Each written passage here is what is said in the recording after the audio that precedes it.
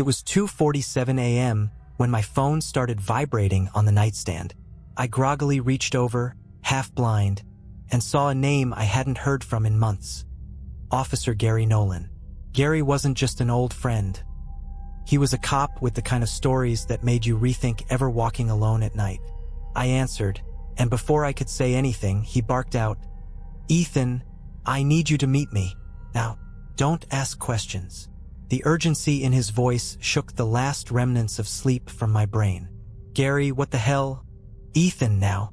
He hung up. I'd like to say that common sense kicked in, but I was too curious to ignore him. 15 minutes later, I was in my car, speeding toward the desolate parking lot of the old state fairgrounds. The kind of place that was eerie even in daylight. At night, it was a straight-up horror movie set. Gary's cruiser was parked at the edge of the lot, engine running, headlights cutting into the surrounding darkness. I parked beside him, and he motioned for me to get in his car. As soon as I sat down, I knew something was seriously wrong. Gary looked like he hadn't slept in weeks.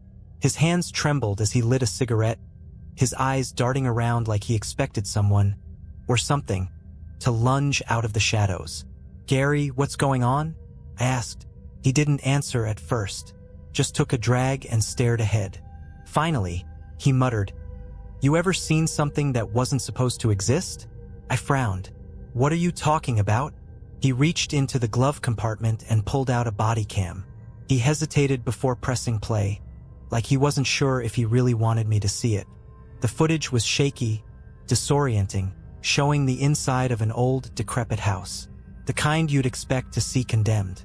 The timestamp read 1:34 a.m. Gary's voice crackled through the audio. "Dispatch, I'm at the residence. No sign of backup yet." The camera panned over walls stained with water damage and covered in deep, deliberate scratches. "Responding to reports of a disturbance," Gary's voice continued, though it sounded tense. "Neighbors reported screaming. No answer at the door." Then, something moved at the edge of the frame. A shadow that didn't match the dim light. Gary froze. "Hello?" he called out, his voice tight. The shadow moved again, faster this time, slipping down the hallway. "Jesus," I muttered. Gary paused the footage. "You think that's the scary part?" He let out a bitter laugh. "Keep watching." The video resumed, showing Gary moving cautiously down the hallway, flashlight bouncing. The shadow darted again, slipping into a room at the end of the hall. Gary reached the door and hesitated. When he pushed it open, the room was wrong. It wasn't just messy or abandoned. It looked like something had torn it apart, like a whirlwind had passed through and left only destruction in its wake. The walls were covered in what looked like symbols, crudely scratched into the plaster. And then the shadow stepped into view. I couldn't even make sense of what I was looking at. It was vaguely humanoid, but its proportions were all wrong. Its limbs were too long, its head tilted at an unnatural angle, and its eyes, its eyes, glowed faintly in the darkness, like twin embers. Gary shouted something, but the thing didn't move. It just stood there, watching. Then, without warning, it bolted straight at him. The footage cut out as Gary cursed and stumbled backward. When the screen went black, I realized I'd been holding my breath. I turned to him. "What the hell was that?" Gary took a shaky drag on his cigarette. "I don't know, but it's not the only one." "What do you mean?" He pulled out another body cam, this one from a different officer. "This was taken 2 weeks ago. Same area, same thing." The footage played, and it was almost identical. An officer responding to a disturbance, entering an abandoned house, finding strange symbols. But this time, the shadow wasn't alone. There were 3 of them. They moved faster than anything I'd ever seen, jerking and twitching like broken marionettes. One of them lunged at the officer, and the camera dropped to the floor. The last thing visible was a glimpse of the creature's face, its mouth stretching open far wider than it should have been, filled with jagged teeth. "Holy shit," I whispered. Gary nodded grimly. "We've had 6 officers disappear in the last month. Every time it's the same thing. A disturbance call, an abandoned house, and then nothing. No backup ever arrives. No bodies are found. Just this." "Why are you showing me this, Gary?" My voice cracked. "Why not the department? The media?" He laughed bitterly. "You think they'd believe me? The department's already labeled those officers AWOL. As for the media, they'd laugh me out of the room. This is way beyond anything normal, Ethan. And I think it's spreading." "Spreading?" He nodded. "It's not just abandoned houses anymore. Last week, we got a call about a grocery store. People said they saw shadows moving in the aisles after hours. Another call came in about a playground. Kids swore they saw something watching them from the trees." I shook my head. "Gary, this is insane. What do you want me to do?" His hands gripped the steering wheel tightly. "I need someone else to know, in case I don't make it.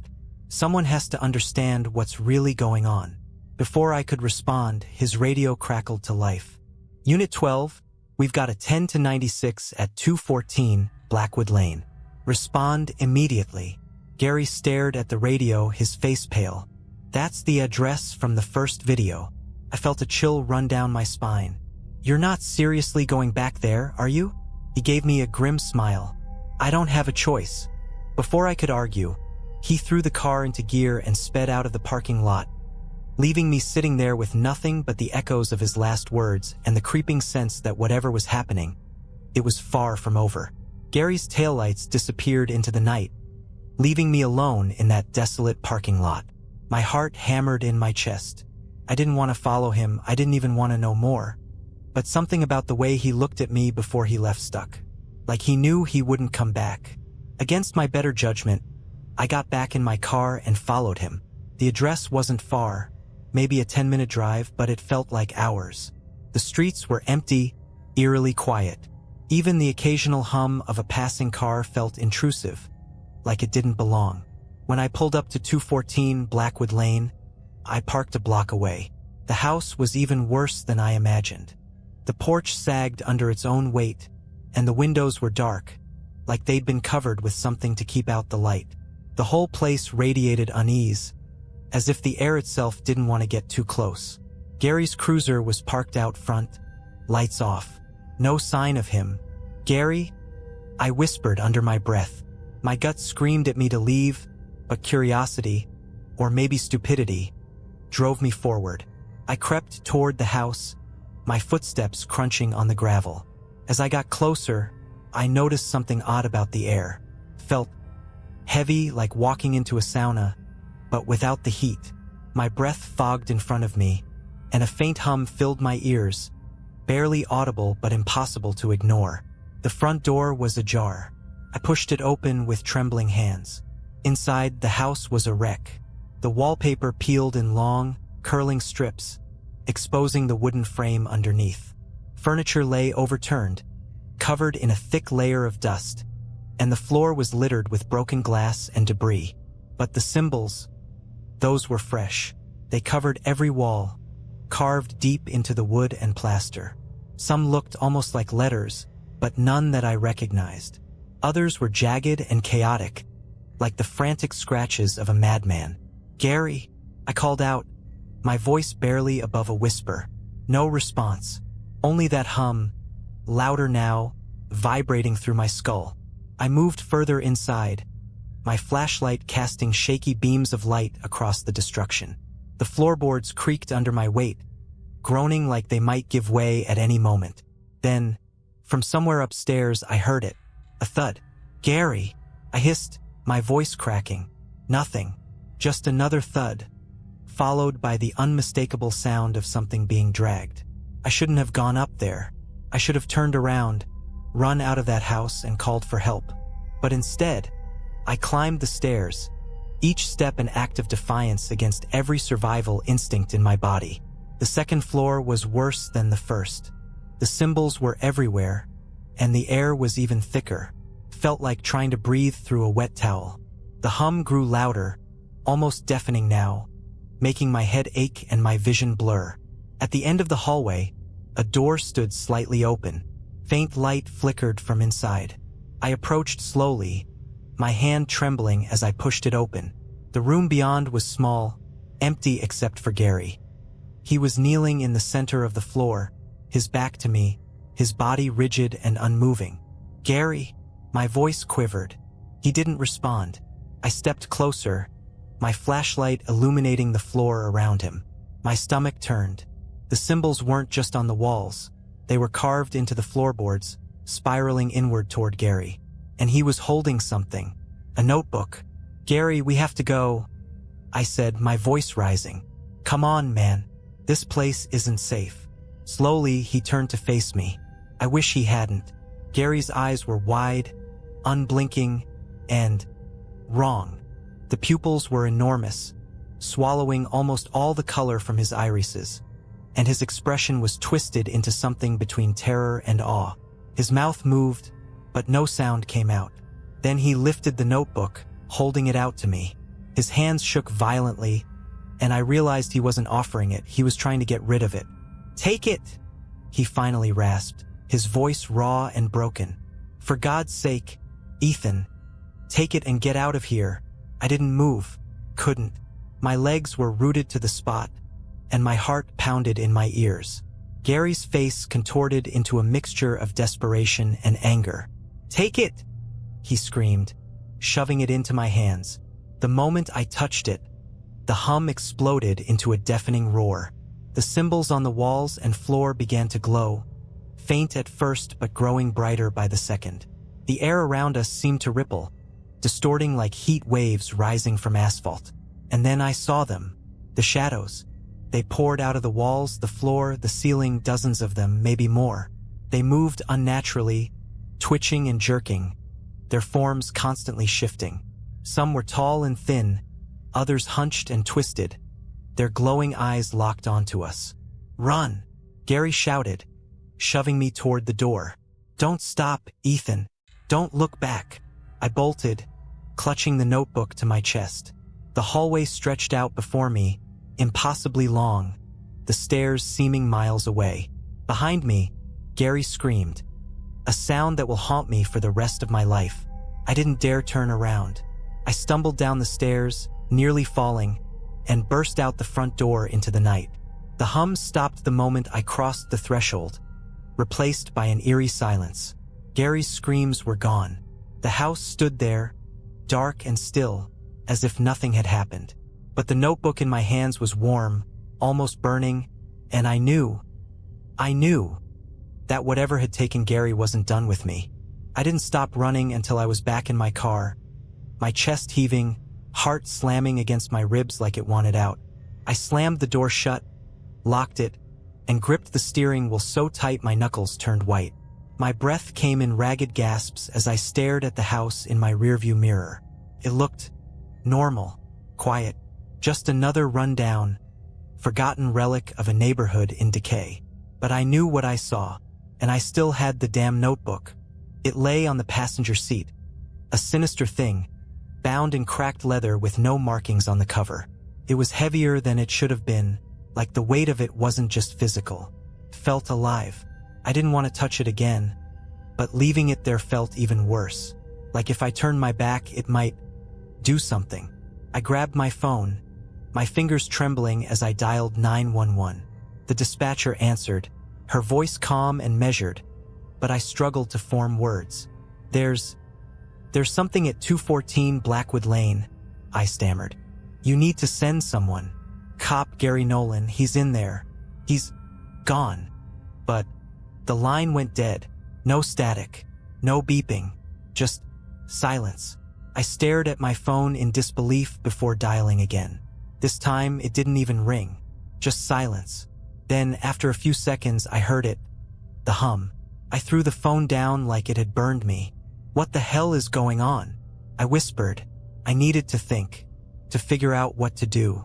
But the hum was back now, faint but growing louder, not just in my ears but in my chest, my bones. Felt like it was coming from the notebook. Couldn't leave it. Not here, not anywhere. If someone else found it. No, couldn't risk that. But I also couldn't keep it. I needed answers. There was only one person I could think of who might have them. 20 minutes later, I was standing outside the chain-link gate of an abandoned precinct. It had been shut down years ago when the city built a bigger station across town, but the building was still there, forgotten and rotting like the rest of this cursed neighborhood. Inside was someone I hadn't spoken to in years. Retired Detective Samuel Hayes. Gary used to talk about him like a legend, a grizzled old cop who'd seen too much and decided to leave the force before it swallowed him whole. Rumor had it he'd been investigating something strange before he retired, something that got buried deep. I found him squatting in the precinct's basement, surrounded by stacks of old case files and a couple of flickering lamps. The place smelled like mildew and stale coffee, and the air was as heavy as it had been back at the house. "Hayes," I called out, stepping cautiously into the room. He looked up from a stack of files, his face shadowed by the dim light. His eyes locked on me, then on the notebook in my hands. "What the hell have you brought here, kid?" he said, his voice rough like gravel. I set the notebook on the table between us, keeping my hands well away from it. "I need answers. Gary's gone. This thing, whatever it is, took him. It's spreading." Hayes stared at the notebook like it might lunge at him. "You should have burned it." "Burned it? You know what this is?" Hayes didn't answer right away. Instead, he pulled out a flask, took a long swig, and sighed. "I hoped I'd never see one of these again." "One of these?" Pressed. "You mean there's more?" He nodded grimly. "There used to be anyway. Back in '98, there were 3 of them. Notebooks like this, found at different crime scenes. Murders, disappearances. Every time, the notebook was there, and every time, anyone who touched it ended up dead or worse." "Worse," I whispered, the word sticking in my throat. Hayes leaned forward, his voice dropping to a whisper. "They don't just kill, kid. They take whatever's inside that thing. It doesn't just want bodies, it wants minds, souls. And it's patient. It waits, whispers, until you can't resist anymore. Until you open it." I felt a chill crawl up my spine. "What happens if you open it?" Hayes didn't answer right away. He just stared at the notebook, his jaw tightening. Finally, he said, "You saw Gary, didn't you? The way he looked, like he wasn't all there anymore." I nodded, my stomach twisting. "That's what happens," Hayes said. "You start to lose yourself, piece by piece, until there's nothing left. And then it uses you to spread." "Spread?" My voice cracked. "Spread what?" Hayes met my gaze, his eyes haunted. "It's not a virus or a curse, kid. It's something worse. Something old. And it doesn't just take people, it takes places. Once it's in, it leaves a scar, a mark, and that place is never the same again." I swallowed hard, my mind racing. "So what do we do? How do we stop it?" Hayes shook his head. "You can't stop it. You can only contain it. And even that doesn't always work." He reached into a drawer and pulled out a small metal box. It looked ancient, covered in scratches and dents, but there was something about it that felt solid, final. "This is the only thing that can hold it," he said. "But once it's in, you can't ever let it out again." I hesitated. "And if we don't?" Hayes didn't answer. He didn't have to. The hum was back, louder than ever, filling the room with its oppressive weight. The lights flickered, and for a split second, I thought I saw something move in the shadows. "Do it," Hayes said, his voice firm. "Put it in the box. Now." I grabbed the notebook, the leather hot against my skin, and slammed it into the box. Hayes snapped it shut and locked it, and the hum stopped instantly. The room was silent. For a moment, neither of us moved. Then Hayes let out a long breath and slumped back in his chair. "You should leave, kid," he said. "Go far, far away from here, and pray you never see another one of these again." I didn't need to be told twice. I left Hayes in that crumbling precinct basement, clutching the metal box like it was the only thing keeping the world from falling apart. I should have felt relieved, but I didn't. The air outside was cold and damp, and the city felt darker than it ever had before, like the streetlights weren't doing their job anymore. The drive home was quiet, too quiet. No hum, no crackling interference. Just the sound of my tires on the wet pavement. But the quiet was worse in some ways. It gave my mind space to wander, to think about Gary, the notebook, the shadows, and what Hayes said. It takes places. What did that even mean? Was my house safe? Was anywhere safe? The words looped in my head until I realized my hands were shaking so badly that I had to pull over. I parked on the side of the road, gripping the steering wheel like it was the only thing anchoring me to reality. I sat there for a long time, staring out at the empty street, trying to convince myself that it was over, that Hayes knew what he was doing, that locking the notebook in that box had solved the problem. But deep down, I knew better. When I finally got home, I locked every door and window. I pulled the curtains shut, double-checked the locks, and even slid a chair under the doorknob like I was in some cheap horror movie. Then I sat on the couch, staring at my phone, debating whether to call someone, anyone, for help. But who would I call? The police? They'd think I was insane. A friend? I couldn't drag anyone else into this. Not after what happened to Gary. I turned on the TV instead, just for some noise, something to drown out the silence. That's when I saw it. The news anchor's face was pale, her voice tight as she read the breaking story. Reports are coming in of a disturbance downtown. Witnesses claim to have seen shadowy figures moving through the streets near Blackwood Lane. Police have cordoned off the area, but no official statement has been released. My stomach sank. I grabbed the remote and turned up the volume. The screen cut to shaky cell phone footage of the scene. A group of people standing on a corner, pointing toward the shadows flickering across the walls of a nearby building. The shapes moved unnaturally, stretching and bending in ways that made my skin crawl. In the background, I heard someone scream. The anchor came back on, her expression grim. Authorities are urging residents to stay indoors and avoid the area. We'll update you as more information becomes available. I turned the TV off and sat in the dark, my pulse racing. This wasn't over. Not even close. I didn't sleep that night. Every creak of the house, every whisper of the wind outside, set my nerves on edge. I kept expecting the hum to return, or the shadows to appear at my windows.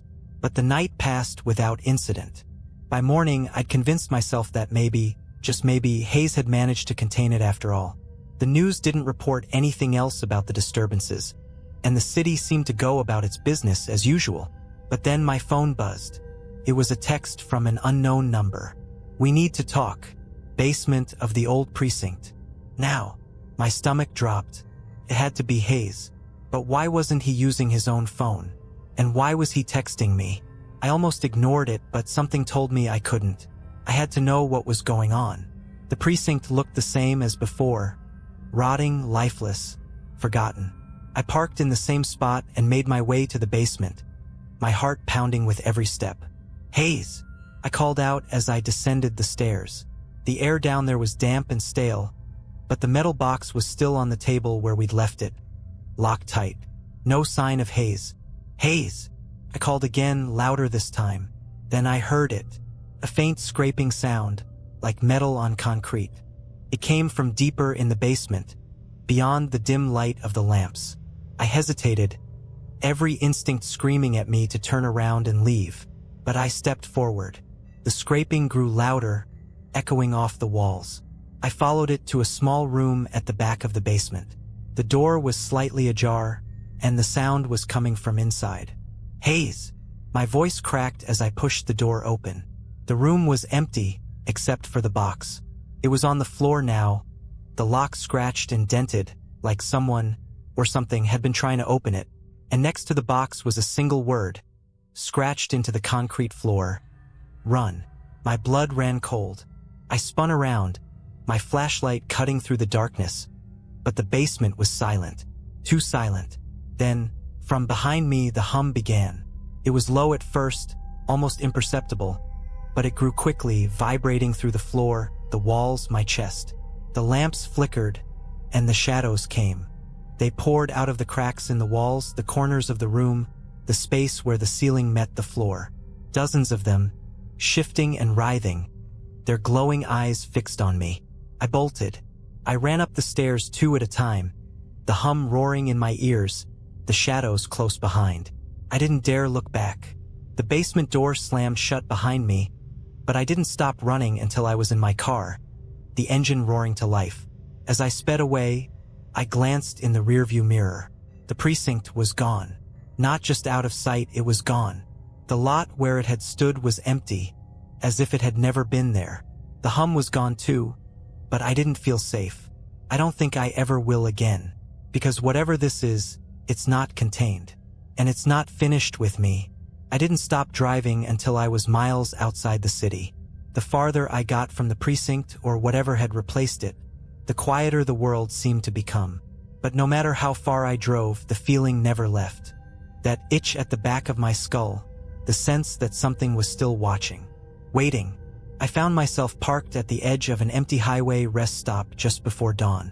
The sky was smeared with pale oranges and grays, the kind of light that doesn't chase the darkness away but lets it linger in the corners. My car was the only one there, and the parking lot was surrounded by dense trees. I gripped the steering wheel and stared out at the woods, replaying everything over and over in my mind. The shadows, the hum, Gary, Hayes, that box, the box. I couldn't stop thinking about it. The scratches on the lock, the word carved into the floor, run. Had Hayes tried to open it? Had something gotten out? Or worse, had something always been out? I was lost in thought when my phone buzzed again. Another message from an unknown number. You can't run. My breath caught in my throat. I looked around, half expecting to see something moving in the trees, but the lot was empty. My hands were shaking as I unlocked my phone and typed back, "Who is this?" 3 dots appeared. The response came almost instantly. "You know who." My heart pounded.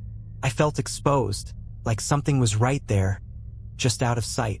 I turned the engine back on, ready to bolt, but the phone buzzed again. Another message. This time, it was just a single word. "Look." Before I could think, I turned to the passenger seat. The notebook wasn't there, but my heart stopped cold when I saw what was. The metal box, the same one Hayes had locked the notebook inside. It was sitting on the seat, impossibly heavy, the lock still dented and scratched. My head spun. I knew I hadn't brought it with me. It had been in the basement. I didn't want to touch it, but leaving it there felt like a death sentence. I reached over, my fingers trembling, and grabbed the box. It was cold, colder than it should have been, and something about it felt alive, like it was waiting for what I didn't want to know. I needed answers, and there was only one place left to go. Somewhere I never thought I'd return to. Gary's house. Gary had always been a private guy. His house was a modest single-story tucked away in a quiet neighborhood, the kind of place where the neighbors smiled politely but never asked questions. When I pulled into his driveway, everything looked normal. His cruiser wasn't there, but that wasn't surprising. The department probably towed it after the events at Blackwood Lane. I killed the engine and sat there for a moment, staring at the house. The curtains were drawn, and the porch light was off, but something about it felt wrong. Like it wasn't just empty, it was abandoned. I grabbed the box and stepped out of the car.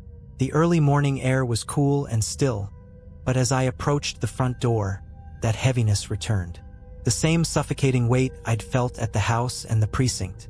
My chest tightened, and my fingers hovered over the doorbell before I finally pressed it. The sound echoed inside, too loud for a house that should have been silent. I waited, my pulse pounding in my ears. No answer. I tried the knob.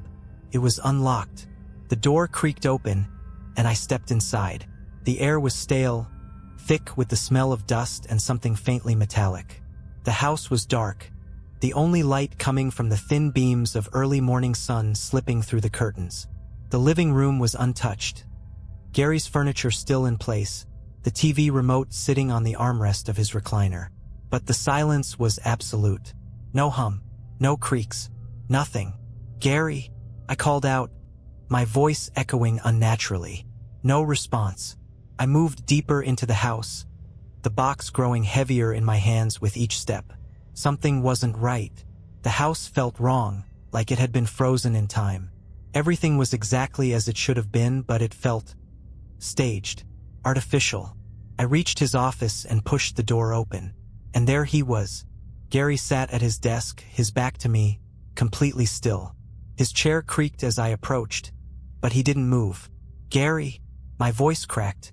No response. I circled around him, my heart in my throat. His head was down, his hands resting on the desk, his fingers curled around. A notebook. Not the one from the box. A different one. This one was smaller, with a plain black cover. "Gary," I whispered again. Slowly, his head lifted. When his eyes met mine, I took a step back. They weren't his eyes anymore. They were hollow, empty, the pupils huge and black like oil slicks. His lips twitched, forming something that might have been a smile. But it was wrong. Too wide. Too sharp. "You brought it back," he said, his voice hollow, echoing like it came from somewhere far away. "Good. It missed you." I dropped the box. The moment it hit the floor, the hum exploded around me, louder than it had ever been. The walls seemed to bend and ripple, the symbols from Blackwood Lane blooming like dark flowers across the surfaces. Shadows poured out from every corner, moving faster than I could process. Gary stood, his movements jerky and unnatural. "You should have stayed away, Ethan." I turned and ran. I don't remember getting to my car. I don't remember driving. All I know is that I didn't stop until I was far away, out of the city, out of everything I'd ever known. The box is gone. I don't know when or where I lost it, but it's not with me anymore. But I still hear the hum. At night, when the world is quiet, it creeps back in, faint and distant, like a memory I can't escape. And sometimes, when the lights flicker or the shadows move just a little too much, I swear I see them. Watching, waiting. I don't know what it wants, but I know one thing for sure. It's not finished with me yet. It's been 6 months since that night. 6 months of running, hiding, and looking over my shoulder. I've changed cities 3 times, abandoned every trace of my old life, and even burned the clothes I was wearing that night. But none of it matters. The hum found me again. It always does. It starts faint, just as it always does, like the low murmur of a faraway generator. And then it grows, filling the walls, my chest, my head, until I can't ignore it anymore. I've tried everything to drown it out. Earplugs, music, screaming into the void. Nothing works. It's always there, creeping closer. But that's not even the worst part. The shadows are back, too. The first time I saw one again, I thought I was losing my mind. It was just a flicker at the edge of my vision. A quick, jerky motion in the corner of a room I knew was empty. But then I started seeing them everywhere. Lurking in alleyways, slipping through the cracks in closed doors, darting across the walls of hotel rooms I hadn't even unpacked in yet. They're getting bolder and closer. I don't know what they're waiting for, but I know they're not done with me. Not yet. A few nights ago, I finally broke. I couldn't take it anymore. The sleepless nights, the constant fear, the weight of the hum pressing down on me like a hand around my throat. I knew I couldn't outrun it forever, so I decided to stop running. I drove back to the city. The streets were as I remembered them, but emptier somehow, darker. I felt like a ghost moving through a world that wasn't meant for me anymore. Blackwood Lane was barricaded off. The area condemned after structural collapses were blamed for the disturbances. But that didn't stop me. I climbed over the barricade and stood in front of the lot where the house once stood. The lot was empty, but the air was wrong, thick and heavy, humming faintly with that awful, familiar sound. My chest tightened as I stepped forward, every instinct screaming at me to turn back. But I couldn't. Not anymore. At the center of the lot, I saw it. The box. It was just sitting there, pristine and unmarked, as though it had never been scratched or dented. The lock was gone, but the lid was closed. My breath hitched as I approached it, my heart pounding so hard I thought it might burst. I knelt down and hesitated, my hands trembling. I didn't want to touch it, but I couldn't leave it either. Not again. "You have to end this." The thought wasn't mine. It came from somewhere else, somewhere deep and dark, but I clung to it like a lifeline. I reached out, gripping the edge of the box. It was cold, so cold it burned, but I didn't let go. Slowly, I lifted the lid. Inside was the notebook, but it wasn't alone this time. The pages were open, flipping on their own, symbols bleeding across the paper in jagged, writhing lines that seemed alive. And above the notebook, hovering in the air like smoke given form, was it? The shadow. No, not just a shadow. The source of all of them. The hum roared in my ears as it twisted and writhed, its glowing eyes locking onto mine. I couldn't move, couldn't breathe. It filled the air, the ground, my head, its form shifting and expanding until it blotted out everything else. And then it spoke, not in words, but in thoughts, images, emotions, all flooding my mind at once. Pain, hunger, anger, loneliness. It didn't just want me. It wanted everything. It wanted out. No, I whispered, my voice trembling. Not this time. I grabbed the notebook, ignoring the searing pain as the symbols burned into my skin, and I slammed the box shut. The hum exploded into a deafening roar, the ground shaking beneath me as the shadow lashed out, trying to stop me. But I didn't stop. I grabbed the box and ran, the shadow screaming behind me. I didn't look back. Couldn't. I stumbled over the barricade and into my car, slamming the door shut just as the first tendrils of darkness reached me. The shadow hit the car, rattling it like a hurricane, but I kept my foot on the gas. The tires squealed as I sped away, the hum fading behind me.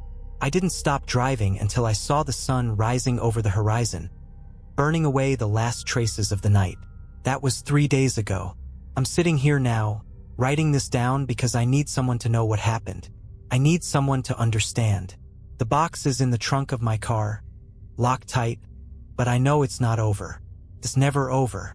I don't know how long I can keep running. I don't know if there's anywhere left to go. But I do know one thing. If you ever hear the hum, if you ever see the shadows, don't stop, don't look, and for the love of God, don't open the box.